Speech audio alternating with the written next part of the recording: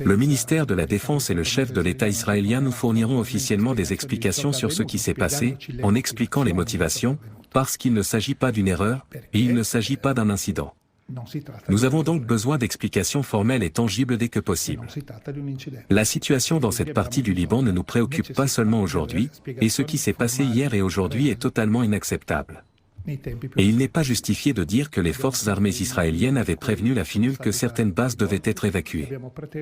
J'ai dit à l'ambassadeur de signaler au gouvernement israélien que les Nations Unies et l'Italie ne pouvaient pas recevoir d'ordre d'Israël. Les Nations Unies et l'Italie sont là en vertu d'une résolution des Nations Unies. Et la seule façon de discuter de ce que nous faisons est de soumettre officiellement la question aux Nations Unies, et non de donner des ordres aux nations libres qui sont là pour défendre le droit international, pour qu'elles fassent une chose ou une autre.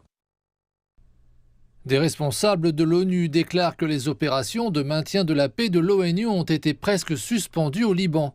Le secrétaire général adjoint des Nations Unies aux opérations de paix, Jean-Pierre Lacroix, a indiqué que les parties à un conflit avaient l'obligation de protéger les casques bleus et que les attaques contre ces derniers constituaient une violation du droit international.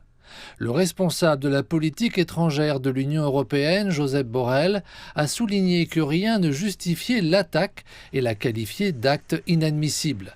Le ministère français de l'Europe et des Affaires étrangères indique pour sa part que la protection des casques bleus est une obligation pour toutes les parties à un conflit.